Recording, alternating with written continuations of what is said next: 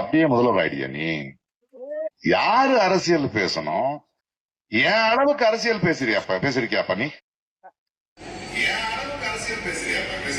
இந்த வீடியோ பிரகாஷ் ராஜ் அவர்களுக்கு நான் இப்போ லேட்டஸ்ட் அவரோட வீடியோ இருக்கு இல்லையா, ஸ்பீச், அதை பார்த்தேன். என் அளவுக்கு நீ அரசியல் பேசுவியாப்பா அப்படின்னு கேட்டிருக்காரு.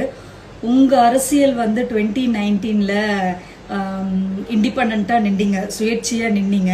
என்னாச்சு தெரியல, தோத்துட்டீங்க. ஏன் டைரக்டா சீஃப் மினிஸ்டர் ஆகக்கூடாது அப்படின்னு சொல்லிட்டு ஏதாச்சும் ரூல் இருக்கா? எனக்கு தெரியல, இருந்ததுன்னா யாராச்சும் சொல்லுங்க, ரூல் இருக்கா?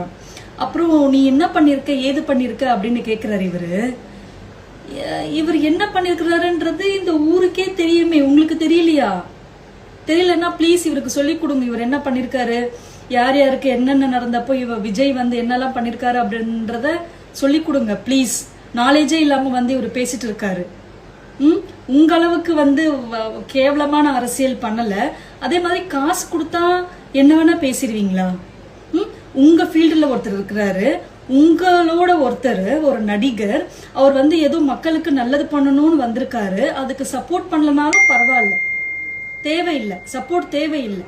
அட்லீஸ்ட் அமைதியாவாச்சும் இருக்கணும்ல. ஏதோ நம்மளால முடியல, நம்ம இண்டஸ்ட்ரியில ஒருத்தர் இருக்கிறார், அவர் ஏதோ நல்லது பண்ணணும்னு நினைக்கிறாரு, பண்ணிட்டு போட்டுமே மக்களுக்காக. நீயே உங்களால வாயை மூடிட்டு அமைதியா இருக்க முடியல.